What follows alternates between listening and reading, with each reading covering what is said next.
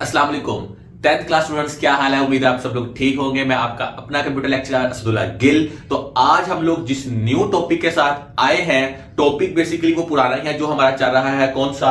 Von Neumann architecture, यानी कि computer architecture हम लोग पढ़ रहे हैं। इसमें हम लोगों ने पहले ही देखा था वॉन न्यूमन आर्किटेक्चर क्या है। उसके बाद लास्ट क्लास के अंदर हम लोगों ने components of von Neumann architecture को डिस्कस किया था। और आज हमारा एक इंतहाई इंपॉर्टेंट टॉपिक के वर्किंग कि जो हमारा कंप्यूटर आर्किटेक्चर है या उसको वॉन न्यूमन आर्किटेक्चर कह लें, उसकी वर्किंग क्या है। आज का जो कंप्यूटर है वो वर्किंग कैसे करते हैं। जब हम उसको कोई टास्क देते हैं, इंस्ट्रक्शन देते हैं, तो उस इंस्ट्रक्शन को कैसे वर्क करते हैं।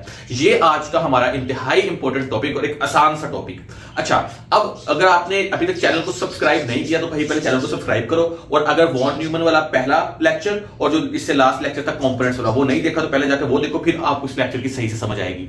अच्छा, अब हम लोगों ने देखनी है वर्किंग को देखनी है तो वर्किंग में याद रखना है कि पहले वॉन न्यूमन आर्किटेक्चर या कंप्यूटर आर्किटेक्चर जो होता है, इसकी जो वर्किंग है वो 4 फेजेस में होती है। 4 फेजेस कौन कौन सी हैं? पहला फेज हमारे पास कहलाता है फैचिंग का, दूसरा कहलाता है डिकोडिंग, और फिर तीसरा एग्जीक्यूशन, और लास्ट के ऊपर होता है स्टोरिंग। अच्छा, अब इसके के पूरे प्रोसेस को समझाने के लिए मैंने यहां एक छोटी सी डायग्राम बनाई हुई है। आप लोग ये डायग्राम पेपर में बना सकते हैं, कोई मसला नहीं है।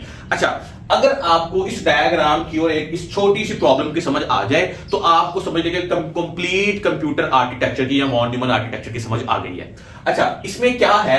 सबसे पहले फेज यानी कि फैचिंग के फेज में क्या होता है? फैचिंग के फेज में ये होता है कि जो भी हम इंस्ट्रक्शन कंप्यूटर को देते हैं, इंस्ट्रक्शंस कैसे देंगे? इंस्ट्रक्शन देंगे किसके जरिए? इनपुट डिवाइस के जरिए। सबसे पहले हमने कंप्यूटर को कुछ भी बताना है तो कंप्यूटर को बताने के लिए सबसे पहले इंस्ट्रक्शन का किसको देंगे? सबसे पहले इंस्ट्रक्शन देंगे इनपुट डिवाइस के थ्रू। फॉर एग्जांपल, मैंने इनपुट डिवाइस को एक इंस्ट्रक्शन दी और आपको पता है कि इनपुट डिवाइस के थ्रू जो भी डाटा दिया जाता है वो in the form of raw data होता है। फॉर एग्जांपल, हम लोगों ने पहले कीबोर्ड से प्रेस किया 2, फिर प्लस और फिर 3। ये हम लोगों ने एक इंस्ट्रक्शन, एक डाटा प्रोवाइड किया किसको? कंप्यूटर को, थ्रू किसके? इनपुट डिवाइस के। बताया था ना कंप्यूटर आर्किटेक्चर के क्वेश्चन के अंदर जो एक हम लोगों ने कंपोनेंट पढ़ा था वो कौन सा था? Input device. तो सबसे पहले काम स्टार्ट ही इनपुट डिवाइस से होता है। जब तक हम लोग इनपुट नहीं देंगे हमारा कंप्यूटर आर्किटेक्चर वर्क ही नहीं करेगा। तो सबसे पहले मैंने रॉ डाटा दिया। अच्छा, ये रॉ डाटा जो है ना सबसे पहले आएगा मेमोरी के पास।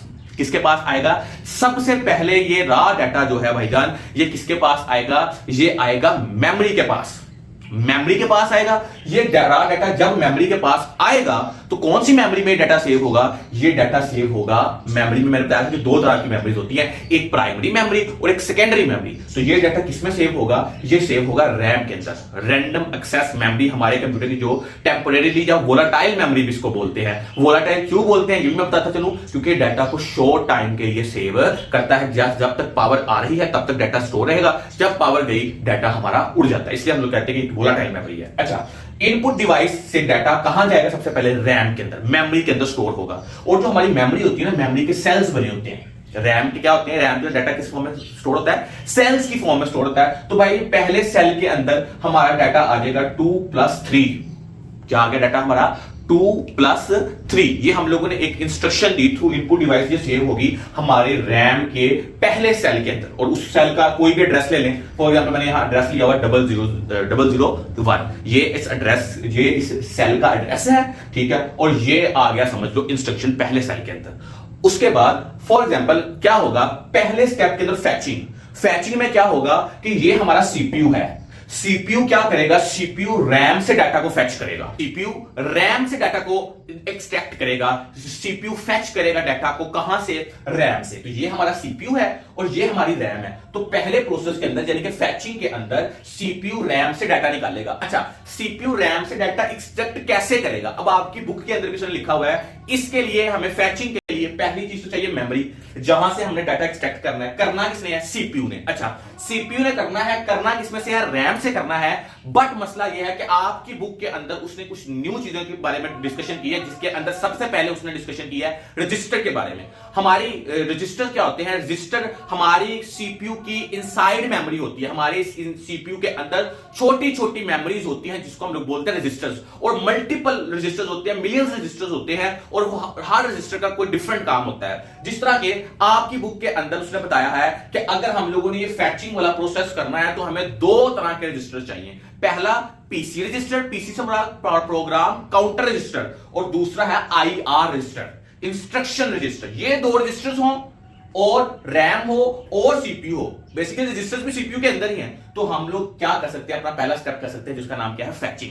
अब हम लोग इधर से समझते हैं। मैंने इनपुट डिवाइस यहां एक इंस्ट्रक्शन दी 2 प्लस और 3, ये पहले रैम के पहले सेल के अंदर स्टोर होगी और रैम के पहले सेल के अंदर स्टोर हो गया 2 प्लस 3। अब इस क्या बोलते हैं, इस सेल का कोई ना कोई एड्रेस होगा, इसका एड्रेस है 001। तो क्या होगा, जब सीपीयू इधर से डाटा को फेच करेगा तो भाईजान हमारा ये जो पीसी प्रोग्राम काउंटर रजिस्टर है, ये सबसे पहले देखेगा कि मैंने सीपीयू ने जहां से मेमोरी से एड्रेस को सीपीयू देखेगा कि मैंने रैम से सबसे पहले डाटा फेच करना है वो किस लोकेशन के ऊपर पड़ा हुआ है, किस एड्रेस के ऊपर पड़ा हुआ है। तो डाटा किस एड्रेस पे पड़ा हुआ है, 001 के अंदर। तो भाईजान प्रोग्राम काउंटर रजिस्टर जो है अपने अंदर उसका रजिस्टर जो है वो अपने अंदर इसका एड्रेस सेव कर लेगा जिस एड्रेस के अंदर हमारी इंस्ट्रक्शन पड़ी हुई है। उसके बाद आईआर रजिस्टर क्या करेगा, आईआर रजिस्टर हमारा जो भी इंस्ट्रक्शन है उस एड्रेस के अंदर पड़ी हुई वो उस इंस्ट्रक्शन को उठाकर अपने अंदर क्या करेगा, फेच करेगा। समझ आई कि क्या हुआ, पहले सीपीयू ने डाटा फेच करना है, दो चीजों के ऊपर करना है। पहला पीसी ने जो डाटा एक्सट्रैक्ट करना है वो कौन सा करना है, जहां इंस्ट्रक्शन पड़ी हुई है, जहां डाटा पड़ा हुआ है उसका एड्रेस फेच करना है, और वो जो उसके अंदर इंस्ट्रक्शन पड़ी हुई है वो आईआर यानी कि इंस्ट्रक्शन रजिस्टर ने फेच करनी है। ये हमारा पहला स्टेज था, डाटा फेचिंग इसको बोलते हैं, या इसको हम लोग वर्किंग के अंदर फैचिंग बोलते हैं, फैचिंग भी बोलते हैं और इसको डाटा रिट्राइवल भी बोलते हैं, या रिट्राइविंग का वर्ड भी हम लोग इसके लिए यूज करते हैं। उसके बाद हमारे पास सेकंड जो स्टेज आती है कंप्यूटर आर्किटेक्चर की वर्किंग की, जब डाटा फेच हो जाता है सीपीयू के पास तो नेक्स्ट चीज है डीकोडिंग।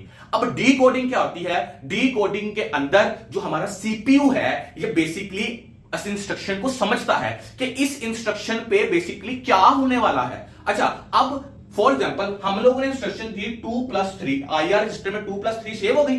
अच्छा, अब इस 2 प्लस 3 इंस्ट्रक्शन के ऊपर कौन कौन से ऑपरेशंस लगे हुए हैं और उनको ऑपरेशंस को कैसे मैनेज करना है, और इसके ऊपर या हम ये कह लें कि ये जो हमारे पास इंस्ट्रक्शन हम लोगों को मिली, इस इंस्ट्रक्शन के ऊपर ओपी कोड कौन सा है। ओपी कोड से मुराद होता है ऊप कोड भी बोलते हैं, ओपी कोड भी बोलते हैं, ज्यादातर इसका जो लफ्ज है ना वो इसको बोला जाता है ऊप कोड। ऊप कोड क्या होता है, ऊप कोड होता है कि मैंने कहा कि 2 प्लस 3, इस 2 प्लस 3 के ऊपर ऊप कोड यानी कि ऑपरेशन कोड कौन सा लगा हुआ है, प्लस का। कौन सा लगा हुआ है, प्लस का लगा हुआ है। तो इस डिकोडिंग के प्रोसेस के अंदर ये जो हमारा सीयू यानी कि हम क्लास पढ़ के थे कंट्रोल यूनिट, जो हमारे जो एज अ सुपरवाइजर वर्क करता है सीपीयू के अंदर, जो हमारी ओवरऑल वर्किंग को कंट्रोल करता है, सीयू कंट्रोल यूनिट ये देखेगा कि भाईजान इसके ऊपर ऊप कोड कौन सा लगा हुआ है, इसके ऊपर कौन सा ऑपरेशन लगा हुआ है, वो इस चीज को देखेगा और देखने के बाद वो एग्जीक्यूशन करेगा। कौन, कंट्रोल यूनिट एग्जीक्यूशन करेगा। बट ये जो ऊप कोड है इसकी एग्जीक्यूशन किसके अंदर होगी, एएलयू के अंदर होगी, अरिथमेटिक लॉजिक यूनिट। एग्जीक्यूशन में, डिकोडिंग में सिर्फ कंट्रोल यूनिट वर्क करेगा, वो ऊप कोड को समझेगा। बट नेक्स्ट स्टेज के अंदर, एग्जीक्यूशन की स्टेज के अंदर सीयू काम करवाएगा कौन सा, ये वाला जो भी ऑपरेशन लगा हुआ है, किससे करवाएगा, एएलयू से करवाएगा, क्योंकि ये जो प्लस है ये एक अरिथमेटिक ऑपरेशन है और वो कौन परफॉर्म करेगा, वो एएलयू परफॉर्म करेगा। उसके बाद क्या होगा, लास्ट के ऊपर जब हमारे पास उसने कहा इस सारे सीपीयू ने एग्जीक्यूशन की, एग्जीक्यूशन करके हमारे पास जो आउटपुट आई वो क्या आई, 5 आई।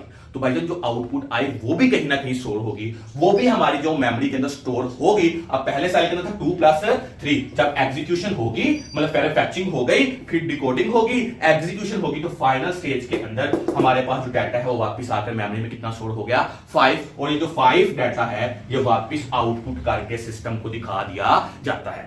अब यही पूरा का पूरा प्रोसेस है। अगर हम कैलकुलेटर अपना खोले मोबाइल से, हम कहें 2 प्लस 3, ये मैंने इनपुट दे दी, हमारे पास 5 आ गया, तो भाई 5 तो एक नैनो सेकंड में आ गया। बट उसके पीछे वर्किंग कैसे है, वर्किंग है ये। इसमें समझने वाली न्यू चीज क्या है, बाकी तो ये एएल सीयू पुराना था, न्यू चीज ये है, एक तो पीसी प्रोग्राम काउंटर रजिस्टर जो एड्रेस को फेच करता है, और दूसरा इंस्ट्रक्शन को कौन फेच करता है, आईआर रजिस्टर। ये दोनों एज अ शॉर्ट क्वेश्चन निहायत इंपॉर्टेंट है, इसको आपने जरूर देखना है।